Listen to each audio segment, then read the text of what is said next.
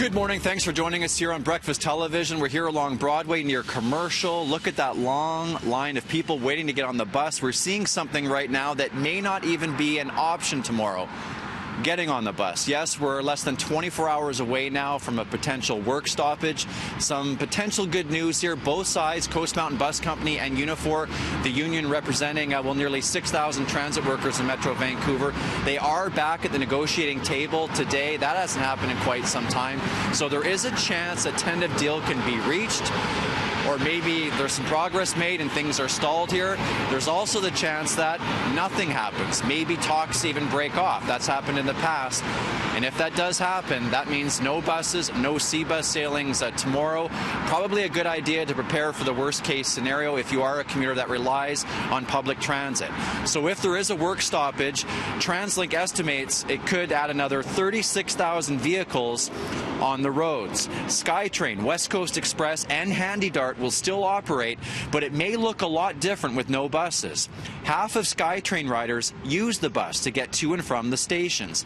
That is roughly 250,000 commuters. Now, TransLink says more trains are being added in the non-peak hours on the Millennium and Expo lines. Bikes will also be allowed on SkyTrain if the bus drivers go on strike.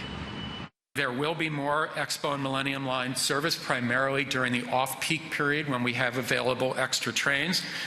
And SkyTrain personnel will be actively monitoring crowds to adjust frequency levels as necessary. There will also be more SkyTrain personnel in the stations and around, as well as transit police to assist our customers. Hopefully I'll be able to take the SkyTrain downtown and I can switch. I work at the City Hall, so I can transfer there. Because I can take West Coast Express and then Canada Line and then do a little bit of walking, but that's okay. Bus is my primary transportation, so I live alone, so I don't have a car. I'm trying to do a cardboard or cash share with my UBC student, but I'm living in Buddha Bay, right? So there's not a lot of people going from Buddha Bay to UBC right now.